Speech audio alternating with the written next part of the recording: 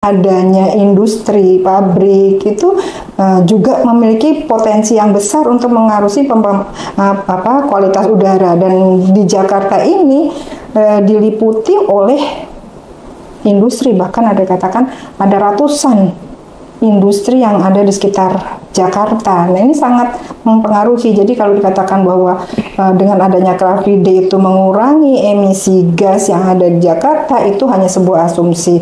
Untuk mengukurnya juga bukan sesuatu yang mudah. Apakah Car Free Day itu kemudian tadi bisa menyelesaikan masalah kondisi ini ya, masalah gas emisi karbon dioksida dan sebagainya. Mungkin untuk titik-titik yang itu oke, pas hari itu, tapi pas hari itu di 6 titik itu, tapi titik sebelahnya tetap macet. Jadi kalau mau Car Free Day di Sudirman Tamrin, kendaraannya numpuk di Casablanca. Jadi sama aja gitu. Cuman pindah tempat aja, dan itu untuk hari itu. Kalau mau dikatakan terus gimana dong, CFD baik nggak? Ya kalau bisa dikatakan baik lah daripada enggak gitu. Daripada nggak sama sekali, lebih baik ada gitu ya, mungkin ya. Cuman tetap ternyata tidak menyentuh akar masalah, tidak memberikan solusi efektif.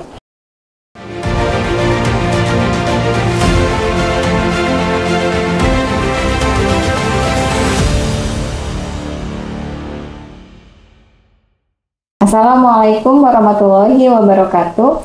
Bismillahirrahmanirrahim. Arsala rasulahu bil huda wa dinil haq liyudhirahu ala dini kulli wa kafa billahi syahida. Asyhadu alla ilaha illallah wa asyhadu anna muhammadan abduhu. Rabbi shrah li sadri wa yassir li amri wahlul 'uqdatam min lisani yafqahu qawli. Sobat Megapolitan News Forum dimanapun Anda berada, dimulai di tahun 2002, Car Free Day sebagai salah satu agenda yang dilakukan untuk mengurangi polusi udara.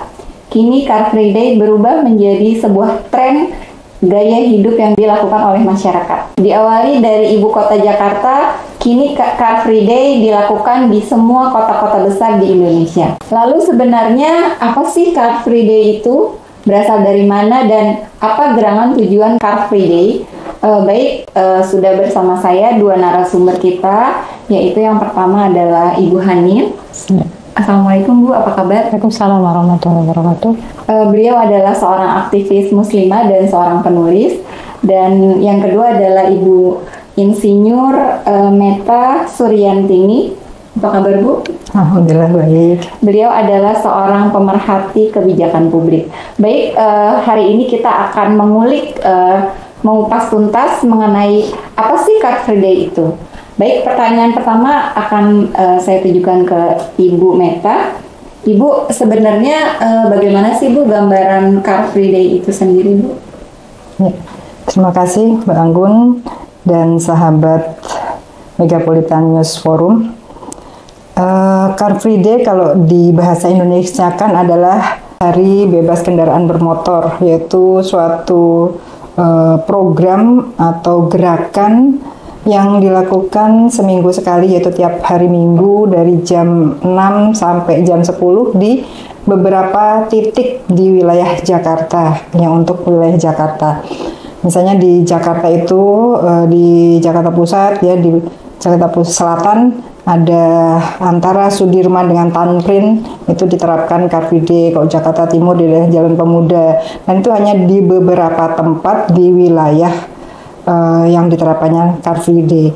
Dan tujuan dari kegiatan Car Free Day ini awalnya adalah untuk mengurangi ketergantungan penggunaan kendaraan pribadi, khususnya mobil dan motor, agar meningkatkan kualitas udara. Ya, dimana apalagi saat sekarang ini ya, kita di Jakarta disinyalir sebagai negara atau wilayah tertinggi emisi gasnya. Jadi untuk tujuan itu Car Free Day diadakan. Di samping untuk mengurangi juga kemacetan. Car Free Day sendiri, kalau tadi Mbak Anggun katakan bahwa tahun 2022 itu kembali digiatkan kegiatan Car Free Day, sesungguhnya Car Free Day ini sudah dimulai sejak tahun 2002 ya, sejak 2002 sampai sekarang ini ya mungkin sudah 19 tahun ya, kurang lebih 19 tahun dipotong masa pandemi yang pada waktu itu ditiadakan ketika pandemi itu. Dan pada areal Car Free Day itu daerah yang ditetapkan sebagai kegiatan adanya kegiatan bebas kendaraan bermotor itu menjadi ruang yang kosong, biasanya dilakukan untuk awalnya dilakukan kegiatan olahraga di sana. Mereka datang ke wilayah tersebut untuk melakukan olahraga. Ya, tapi kemudian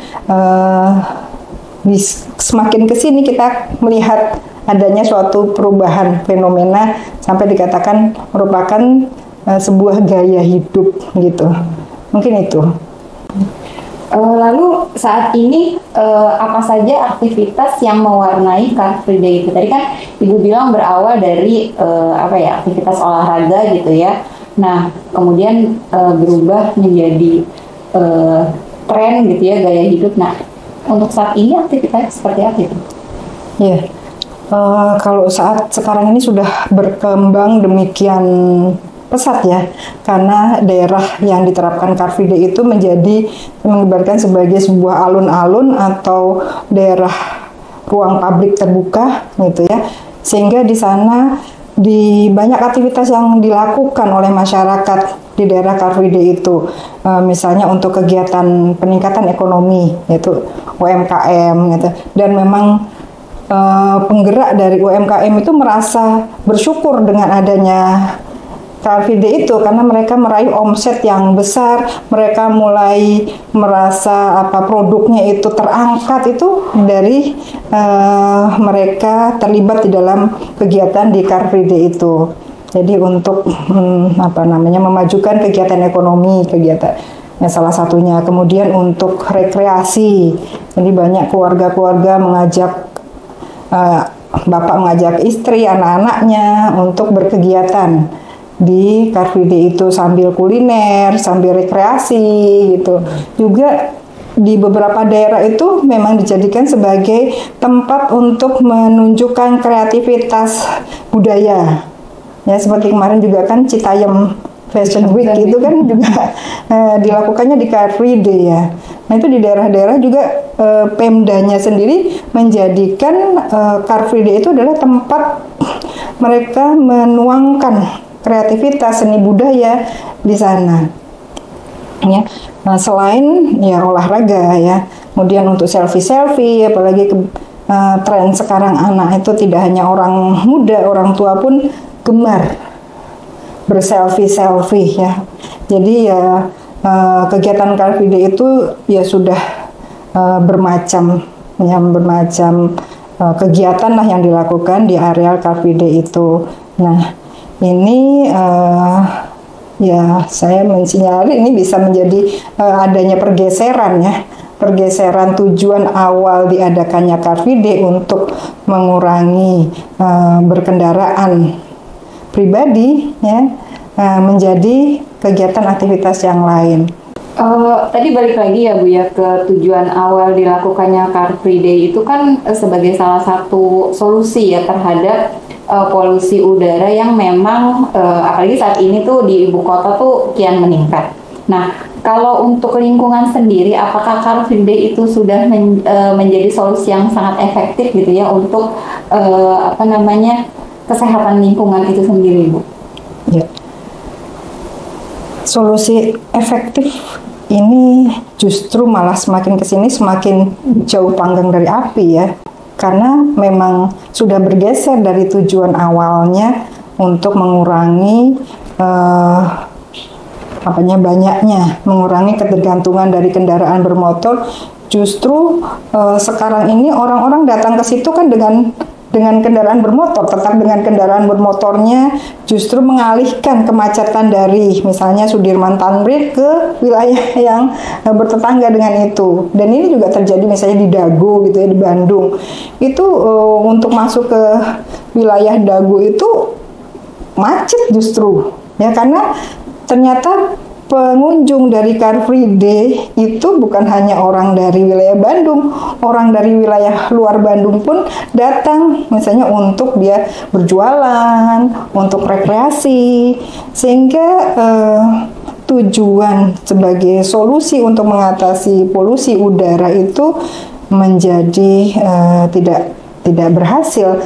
Nah, sehingga inisiator dari kegiatan Car Free Day itu yaitu Bapak Safrudin, ya, beliau keluar dari kegiatan Car Free Day ini karena sudah berubah dari tujuan awal untuk mengurangi penggunaan kendaraan bermotor menjadi sebuah pasar kaget gitu ya, beliau istilahkan gitu, sehingga ya sama sekali tidak mencapai tujuannya. Kalau dikatakan solusi efektif, ya tidak menjadi solusi akhirnya karena memang sudah bergeser dari tujuan awal. Dan itu juga kalau dikatakan bahwa ini adalah solusi, sebenarnya kegiatan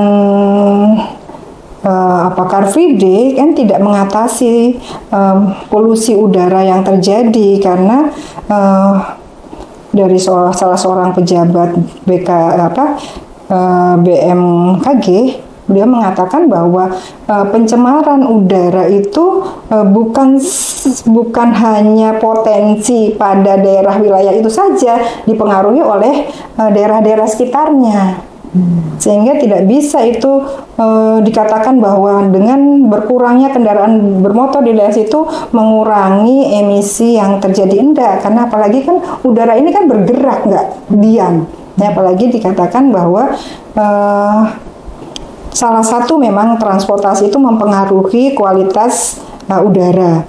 Tapi faktor lain kan adanya industri, pabrik itu juga memiliki potensi yang besar untuk mengaruhi kualitas udara. Dan di Jakarta ini diliputi oleh industri, bahkan ada katakan ada ratusan industri yang ada di sekitar Jakarta. Nah, ini sangat mempengaruhi. Jadi kalau dikatakan bahwa dengan adanya Car Free Day itu mengurangi emisi gas yang ada di Jakarta, itu hanya sebuah asumsi. Untuk mengukurnya juga bukan sesuatu yang mudah. Begitu. Lalu menurut Ibu apa ada solusi lain, Bu, untuk mengurangi polusi di ibu kota ini selain Car Free Day? Ya, ini kan berkaitan dengan gaya hidup ya, berkaitan dengan gaya hidup, di mana gaya hidup kita sekarang ini cenderung konsumtif, hedonik, itu mendorong kita untuk mencari kemudahan, ya. Cari kemudahan untuk melakukan sesuatu, sehingga ini perlu yang tadinya nyaman kemana-mana itu maunya dengan kendaraan pribadi, baik itu motor ataupun mobil, sehingga untuk merubahnya itu kan perlu perubahan mindset, ya. Perlu memperbaiki atau membangun kesadaran di tengah-tengah masyarakat bagaimana memelihara hidup sehat, yaitu dengan menjaga kualitas udara, ya. Itu faktor yang penting. Dan awalnya Car Free Day itu ada juga, ini kan sebuah kampanye untuk menggugah masyarakat agar memperhatikan, ya, gaya hidupnya di dalam menggunakan kendaraan pribadi, ya. Tapi kan karena ya tidak dilakukan, namanya kalau kita melakukan perubahan itu kan harus efektif dan berkesinambungan. Tapi kan faktanya ini tidak terjadi adanya hal seperti itu, sehingga ya tidak menjadi solusi gitu. Sehingga ini harus dibangun betul bagaimana membangun kesadaran akan pentingnya menjaga kualitas udara agar hidup kita bisa sehat itu di tengah-tengah masyarakat. Dan ini harus berkolaborasi lah seluruhnya, dan juga perlu teladan, perlu contoh, itu hal yang penting untuk masyarakat. Di samping juga adanya penyediaan transportasi umum yang baik dan murah atau gratis, sehingga memudahkan orang untuk melakukan perjalanan itu tanpa menggunakan kendaraan pribadinya, ya, karena sudah ada tersedia transportasi umum yang baik dan cukup gitu. Kemudian juga perlu adanya tata kota atau pemerataan pembangunan gitu, karena memang di Jakarta itu pusat pergerakan ekonomi adanya di Jakarta, sehingga seperti ada gula pasti semut datang gitu ya. Karena di sini adalah kegiatan ekonomi, sehingga yang dari wilayah-wilayah kita itu datang ke Jakarta untuk meraup maisha gitu, untuk meraup uang gitu ya. Nah, ini kan sebuah keadaan yang seharusnya tidak diatasinya secara parsial ya, butuh penglihatan secara keseluruhan gitu.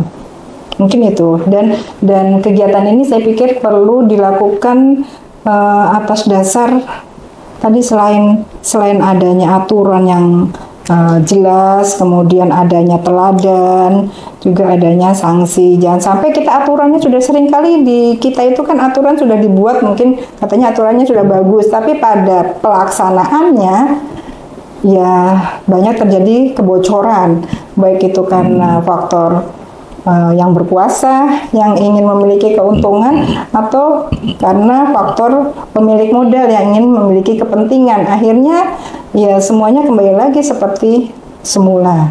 Tidak ada solusi yang benar-benar bisa mengatasi itu semua, hanya sekedar hanya lontaran saja, tetapi tidak ada faktanya, akhirnya tidak solutif lah begitu. Masya Allah ya. Barusan kita sudah mendapatkan gambaran gitu ya, dan masukan ya dari Ibu Meta. Sebenarnya Car Free Day yang awalnya itu menjadi salah satu solusi untuk mengatasi polusi udara, kemudian berubah menjadi tren, dan justru menjadi pasar kaget gitu, yang tumpah ruah gitu ya, dan justru menimbulkan polusi yang lebih banyak lagi gitu ya. Dan tadi Bu Meta juga sudah menjelaskan bahwa harus ada solusi yang secara menyeluruh ya Bu ya, nggak parsial gitu ya, dan perubahan mindset di masyarakat supaya memang untuk masalah lingkungan ini, terutama polusi udara ini, bisa diselesaikan dengan baik ya Bu ya. Baik, saya akan beralih ke Ibu Hanin gitu ya. Bu Hanin, menurut Bu Hanin tuh CFD tuh ide dari mana sih gitu ya? Kok ada gitu ya? Gimana Bu? Ya, CFD atau Car Free Day itu muncul pertama kali di Eropa sekitar tahun 50-an. Itu muncul dari kegundahan masyarakat perkotaan pada saat itu terkait bagaimana kemudian mereka mengurangi penggunaan kendaraan atau mobil ya, mengurangi kendaraan mobil untuk mengembalikan kenyamanan mereka tinggal ya di perkotaan pada saat itu. Dan negara pertama yang mengadakan itu adalah Belanda dan Belgia di sekitar tahun 56-57, dari 1956 dan 1957, dan pada saat itu namanya adalah Car Free Sundays. Jadi Car Free Sundays kan disesuaikan dengan waktu pelaksanaannya ya, di hari Minggu ya. Itu terus di tahun 97 itu Asosiasi Transportasi Lingkungan Inggris itu menetapkan 3 hari bebas mobil. Ya, 3 hari bebas mobil. Maka kemudian selanjutnya diteruskan oleh Spanyol, Italia, Prancis juga melakukan hal yang serupa. Jadi awalnya itu memang berkembangnya di sekitar Eropa dan Inggris. Nah, baru kemudian sekitar tahun 2000-an, tadi seperti yang disampaikan oleh Bu Meta, itu Indonesia kemudian mengadop hal itu. Jadi mengadopsi model ya seperti Car Free Day itu diikuti kemudian oleh kota-kota lain, karena kita tahu bahwa Jakarta memang trendsetter ya. Kita masih ingat betul bagaimana waktu itu semaraknya CFW ya, Citayam Fashion Week di Duku Atas itu, kemudian akhirnya merambah di semua wilayah juga melakukan hal yang sama itu, dan ditetapkan akhirnya sebagai hari bebas kendaraan sedunia itu sekitar tanggal 22 September itu. Jadi seperti itu. Jadi idenya awal ya nggak orisinil sebenarnya, made in Indonesia, jadi ngambilnya dari Eropa seperti itu.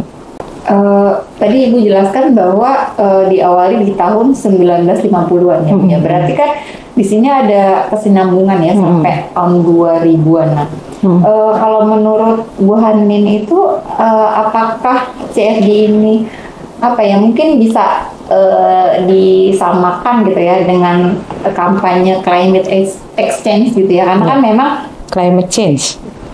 Climate change internasional, karena memang kan apa namanya isunya dari dulu kan tentang lingkungan gitu ya. Itu bagaimana?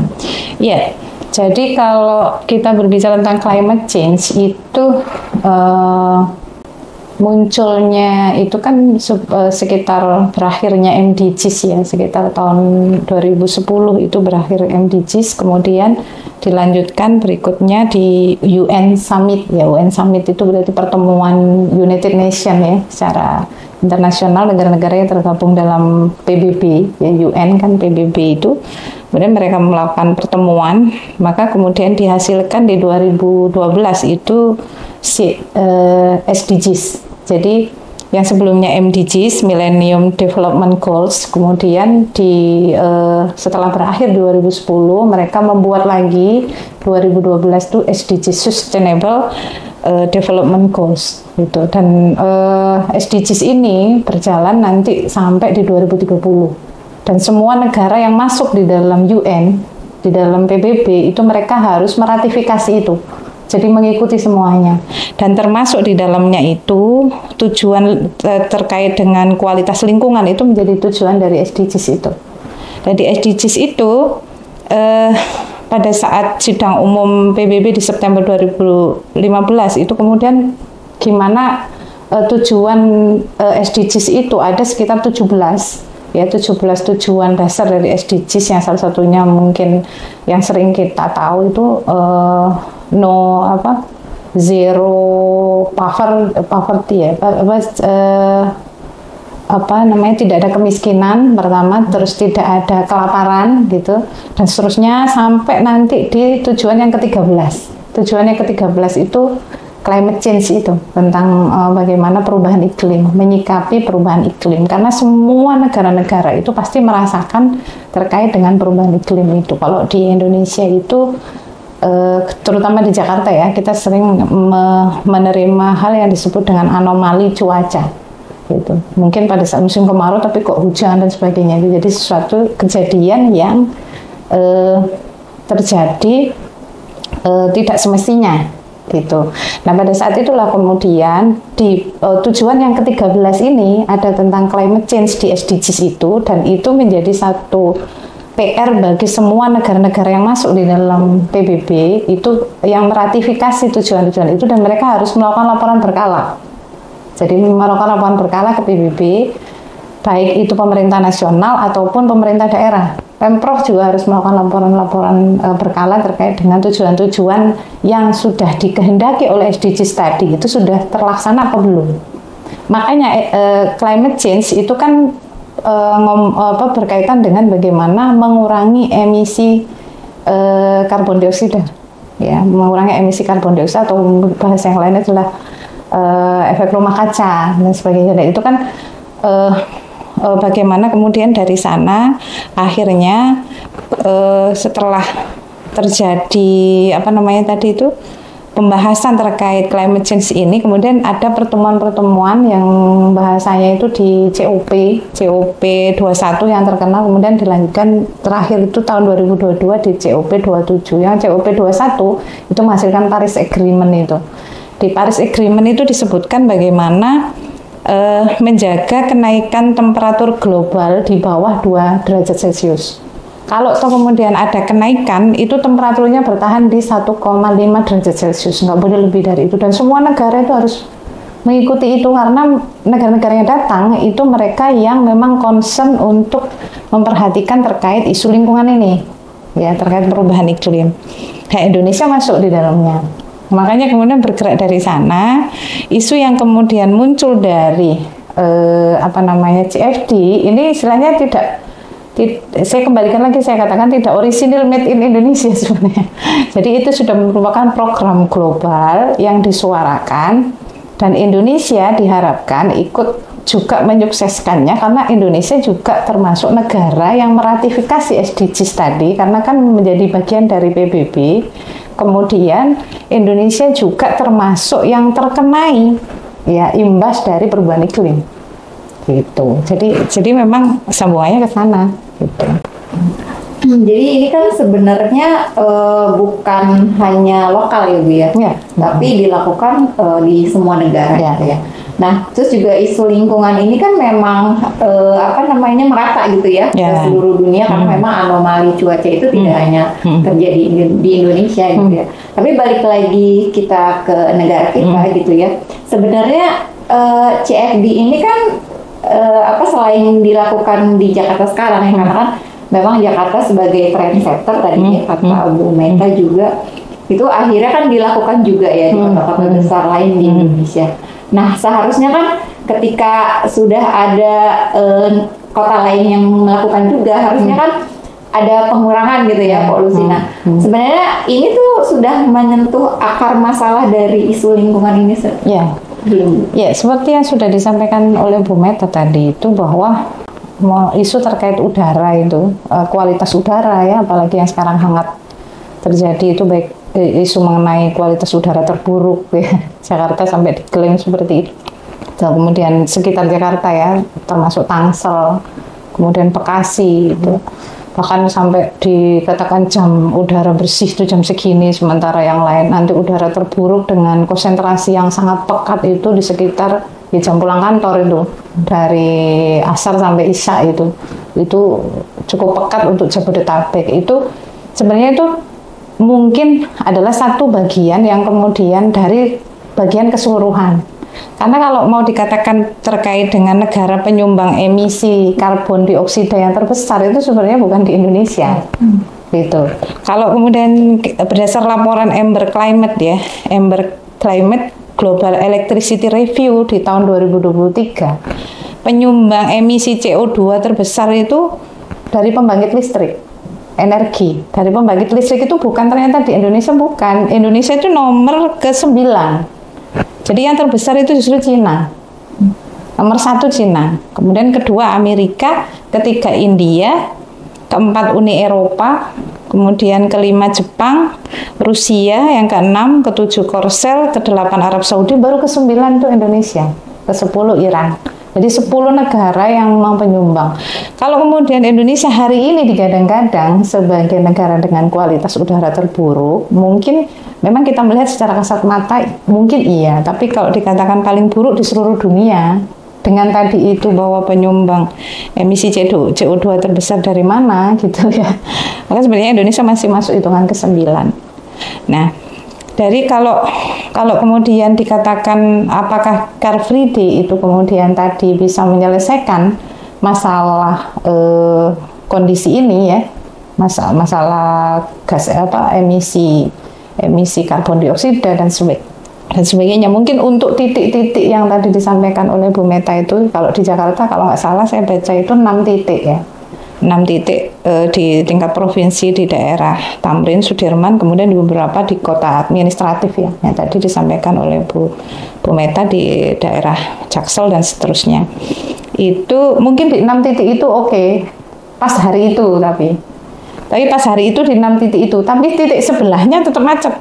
Jadi kalau mau Car Free Day di Sudirman Tamrin, kendaraannya numpuk di Casablanca. Jadi sama aja gitu. Cuman pindah tempat aja, dan itu untuk hari itu. Kalau mau dikatakan terus gimana dong, CFD baik enggak? Ya kalau bisa dikatakan baik lah daripada enggak gitu. Daripada enggak sama sekali, lebih baik ada gitu ya, mungkin ya. Cuman tetap ternyata tidak menyentuh akar masalah, tidak memberikan solusi efektif. Karena kalau dikatakan bahwa mau ngitung apakah cara itu efektif ataukah tidak untuk untuk mengatakan bahwa satu kebijakan itu bisa menurunkan emisi karbon dioksida, itu samplingnya tidak bisa kemudian satu titik tapi titik yang lain masih beraktivitas yang sama. Jadi harus berhenti total itu satu wilayah yang sudah pernah bisa berhasil melaksanakan itu menurut BMKG di tahun 2013 ini ya, itu Bali. Kenapa Bali itu cuma satu pulau? Ya, satu pulau, dan ketika mereka melakukan uji emisi, bukan uji emisi ya, untuk menghitung kadar terjadi penurunan emisi pada hari itu dia punya namanya nyepi ya. Jadi full aktivitas tuh tidak ada sama sekali di masyarakat pada saat itu. Jadi berhenti gitu, terhenti, dan itu seluruh Bali. Ya, itu bisa sampai terhitung pada saat itu pas hari nyepi itu berhasil. Nah, kalau di Jakarta tidak bisa. Makanya menurut BMKG itu tahun 2013 itu tidak ada yang bisa mengukur secara pasti terjadi penurunan emisi, apalagi di Jakarta. Karena dari Jakarta itu penyumbangnya bukan cuma di Jakarta seperti yang disampaikan Bu Meta. Kita itu dikepung sama PLTU. Kalau tadi yang paling tinggi mengeluarkan masalah udara itu adalah dari pencemaran dari limbah energi.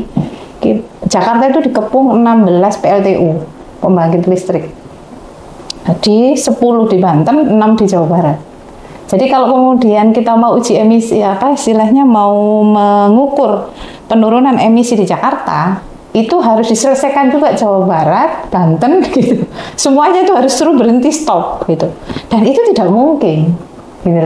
Itu tidak mungkin terjadi. Makanya kenapa nggak mungkin bisa mengukur secara pasti terjadi penurunan emisi, apalagi hanya karena CFD gitu. Ternyata itu tidak cukup efektif gitu. Ya kalau mau ya itu tadi suruh berhenti total seperti di Bali itu kayak nyepi itu stuck gitu.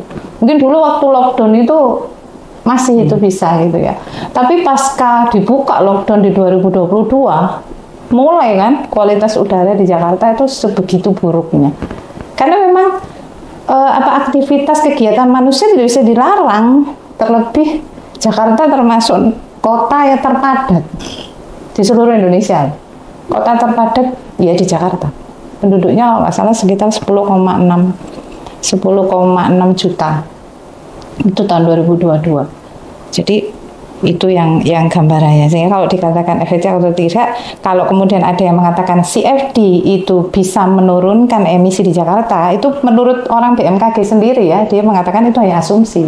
Karena hitungannya tadi itu nggak tepat, karena nggak bisa di stop semua orang beraktivitas. Ya oke lah DKI Jakarta stop. Nah, yang di Jawa Barat, Banten, ya kan di luar DKI, tapi mereka kan beririsan, dan udara itu kan ya seperti bahasa Bu Meta tadi bergerak gitu. Jadi nyuampur jadi satu gitu. Jadi kayak gitu. Tadi ya, berarti kan memang ini belum menyentuh akar masalah dari masalah lingkungan, terutama polusi udara itu ya Bu. Nah tadi menyinggung sedikit dari Bu Meta itu kan sekarang itu kan sudah bergeser ya aktivitas di Car Free Day itu dari yang memang mungkin olahraga gitu ya, itu berubah menjadi tadi kayak berjualan gitu ya, kemudian perform tentang budaya gitu ya, dan baru-baru ini kan ada semacam promosi gitu ya, promosi mobil listrik gitu ya. Nah, menurut Bu Hanin ya, apakah ini relate gitu loh, CFD ini dengan promosi kendaraan listrik yang memang saat ini digadang-gadang itu akan menggantikan gitu ya, menggantikan kendaraan dengan bahan bakar bensin gitu ya. Ya, mungkin itu adalah momen tepat untuk menangkap peluang kalau saya mengatakan ya, karena kalau di sistem hari ini ya, terutama di sistem kapitalisme ini kan gimana caranya di setiap momen itu bisa kemudian ditangkap untuk kemudian peluang itu digunakan gitu. Nah, kok dilalahnya pas gitu. Ketika kemudian terjadi CFD itu kan memang tidak boleh ada penggunaan bahan bakar ya, termasuk yang berasal dari fosil dan sebagainya, bahan bakar minyak dan sebagainya. Sehingga pakainya kemudian listrik, mobil listrik. Akhirnya disitulah kemudian banyak memang ditemukan itu sampai 150 motor listrik itu di CFD di Surabaya, 500 kendaraan listrik di DKI ya sekitar tahun 2019 itu pas sebelum pandemi itu dari berbagai bentuk 500 loh itu membanjiri. Jadi tetap kayak semacam pameran The Future of Indonesian Transportation. Jadi ada peluang bisnis baru tuh gitu. Kalau dari sisi faktanya motor listrik sebenarnya nggak masalah gitu. Maksudnya motor listrik, mobil listrik itu sebenarnya nggak masalah. Cuma kalau kemudian nanti itu dijadikan arus yang akhirnya mempengaruhi kebijakan, terus muncul konversi, nah itu kan akhirnya ujung-ujungnya rakyat dapat proyek baru, istilahnya rakyat dijadikan pasar baru, ya bagi kebijakan yang akhirnya lagi-lagi menyengsarakan rakyat, gitu. Jadi apa ya istilahnya tuh ini dijadikan peluang, momentum untuk kemudian memunculkan sebuah proyek yang akhirnya rakyat juga harus mengikuti dan ujungnya ketika itu dalam bentuk konversi kebijakan negara mungkin akhirnya menjadikan rakyat harus ganti beralih dari mobil berbahan bakar minyak atau bensin dan sebagainya menjadi mobil dengan listrik gitu.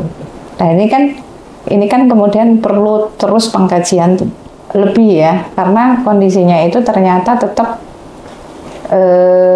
ada kepentingan di balik itu. Jadi ada yang menunggangi ya.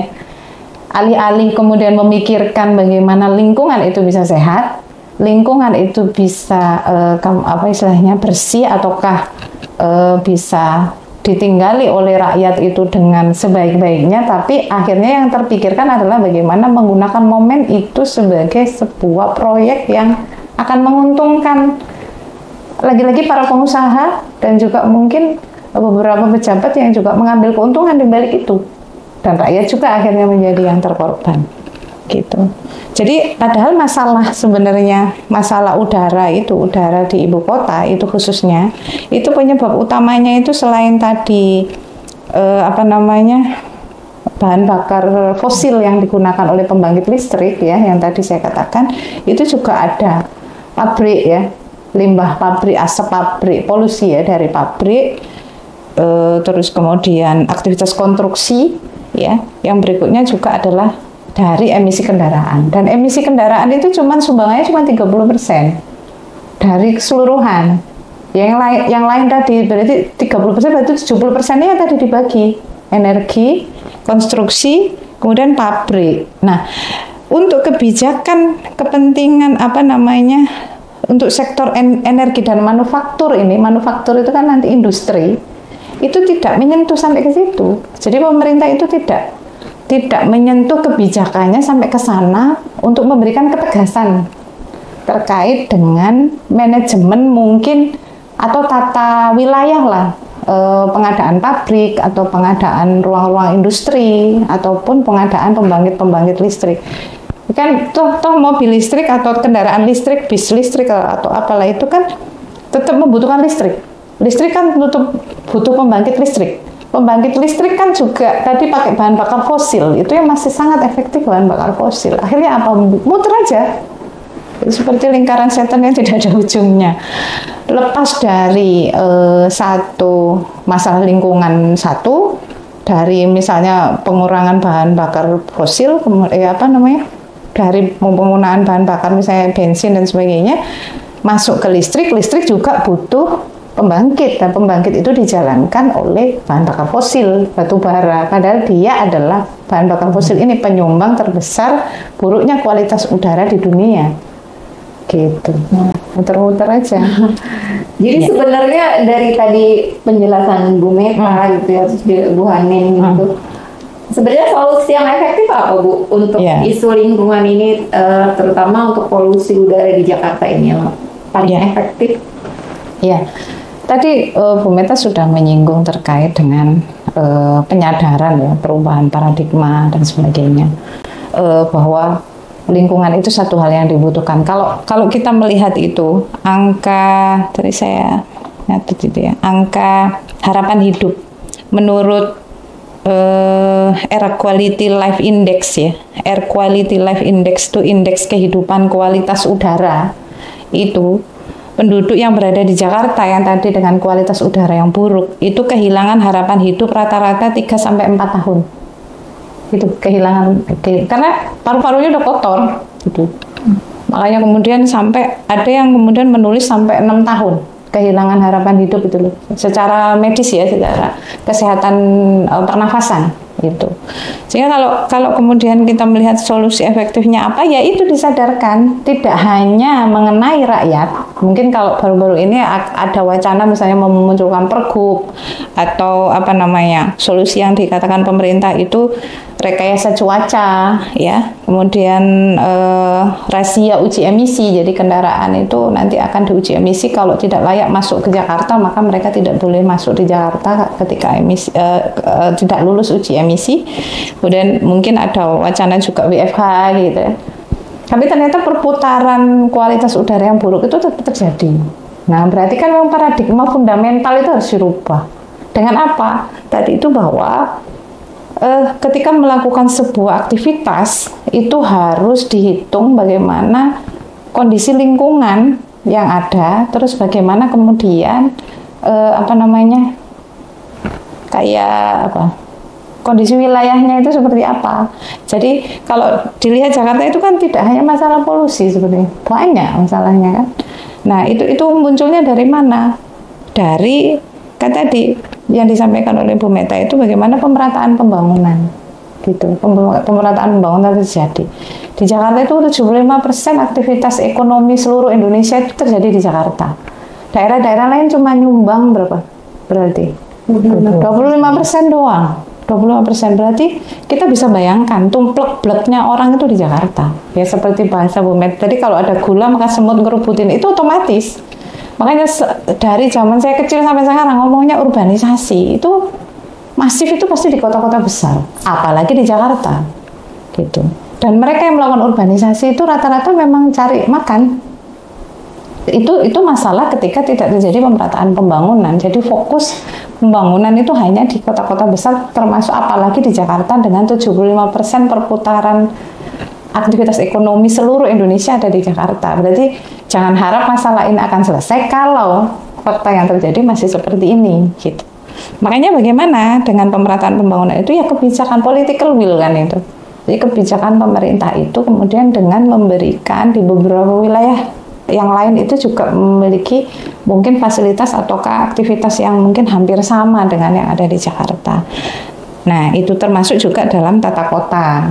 Jadi tata kota mungkin ya kalau sekarang mungkin akan banyak bagaimana diperbanyak ruang terbuka hijau. Masalahnya kan masifnya kalau Jakarta dan sekitarnya, coba yang dibangun ruang terbuka hijau atau mall atau kotatif baru ya, kota administratif baru yang di situ kemudian berisi komplek-komplek elit ataukah perumahan-perumahan kan. Jadi akhirnya yang terjadi alih fungsi lahan. Nah, alih fungsi lahan ini yang menjadikan bencana itu terus akan terjadi. Kalau hujan banjir, kalau panas ya kayak gini.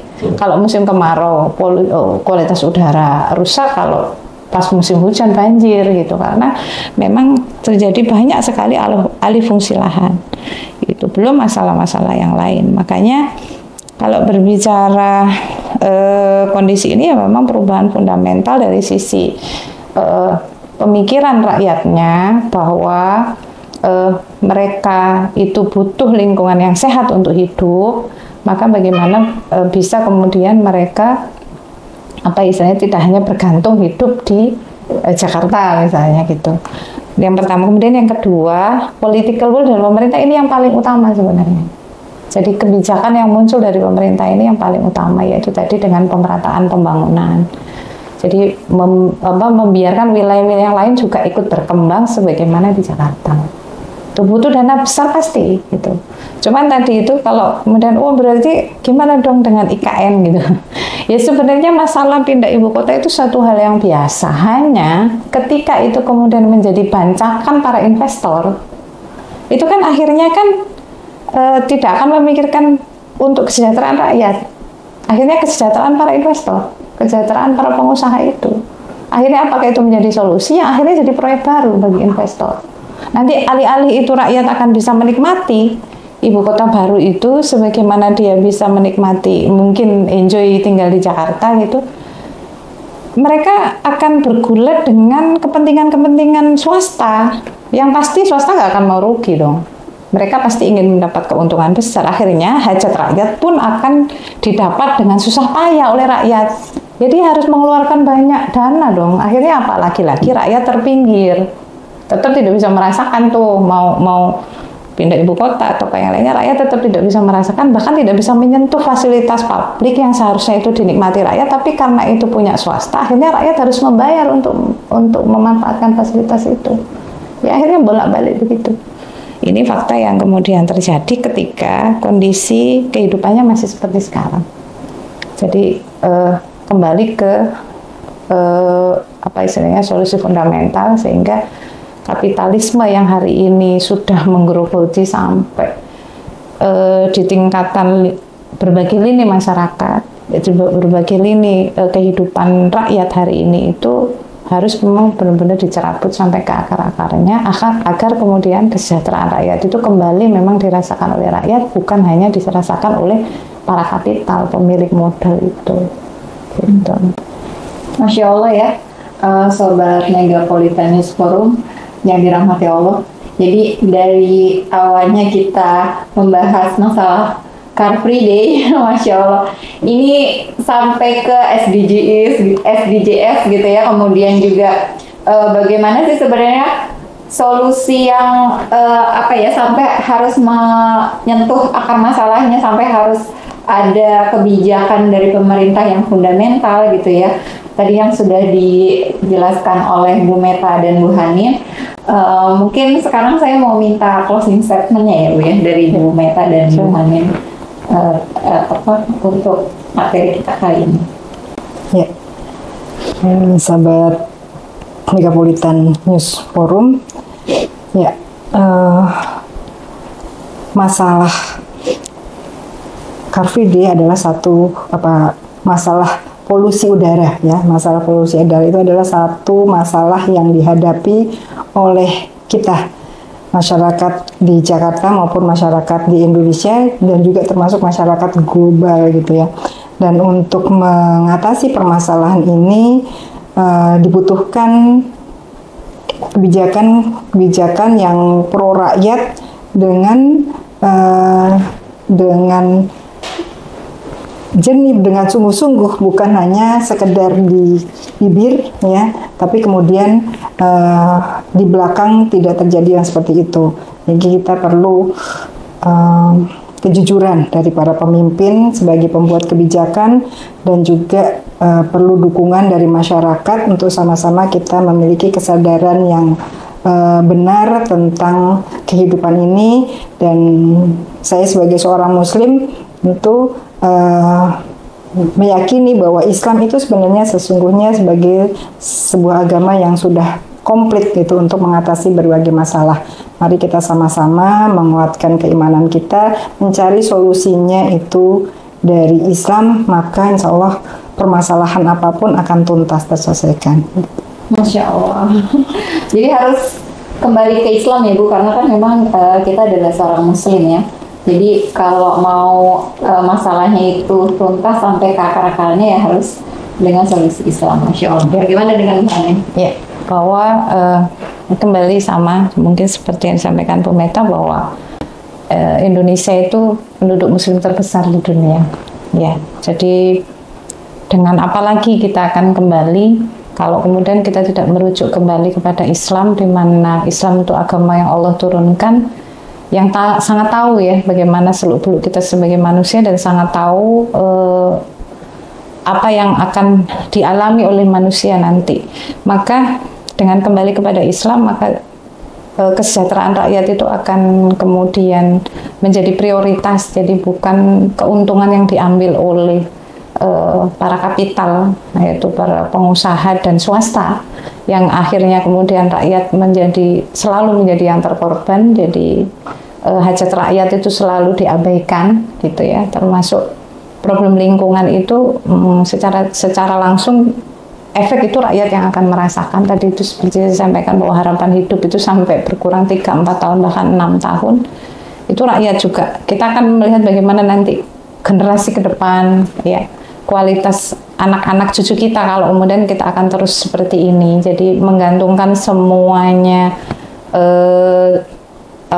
kondisi ini dengan sistem yang ternyata mengeksploitasi ya kepentingan rakyat yang seharusnya rakyat disejahterakan, tapi mereka kemudian harus menjadi korban dari kerakusan para kapital dengan kondisi yang ada tadi, sebagaimana yang Walhi mengatakan bahwa ternyata kebijakan pemerintah tidak menyentuh para pemilik industri ini, sehingga tadi itu tidak ada pengaturan terkait industri. Jadi siapa mau bangun pabrik, ada investasi langsung saja dibangun, sementara tidak memperhitungkan bagaimana kualitas lingkungannya.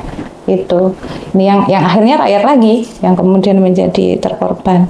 Maka tidak ada pilihan lain dan tidak ada solusi lain selain bagaimana kemudian kita akan kembali kepada Islam yang Allah turunkan. Dan Allah bahkan menyampaikan di dalam Quran surat Ar-Rum ayat 41, A'udzubillahi minasyaitonirrajim, dhaharal fasadu fil barri wal bahri bima kasabat aydin nas liyudhiqum ba'dal ladzi 'amilu la'allahum yarji'un. Dikatakan bahwa telah nampak kerusakan di darat dan di laut itu karena tangan-tangan manusia. Ya, Allah menghendaki agar mereka merasakan sebagian dari akibat perbuatan mereka. Jadi kalau sudah sadar nanti biar apa? Biar agar mereka kembali kepada jalan Allah. Kembali kepada jalan Allah bagaimana? Yaitu bagaimana kemudian memberikan tadi bahasa saya adalah solusi fundamental yang sangat mendasar sekali, bahwa ketika penguasa dia didapuk sebagai pemimpin untuk mensejahterakan rakyat, maka dia harus benar-benar mikir rakyat, bukan mikir investasi para kapitalis yang tadi itu selalu hanya mengambil keuntungan untuk diri mereka sendiri.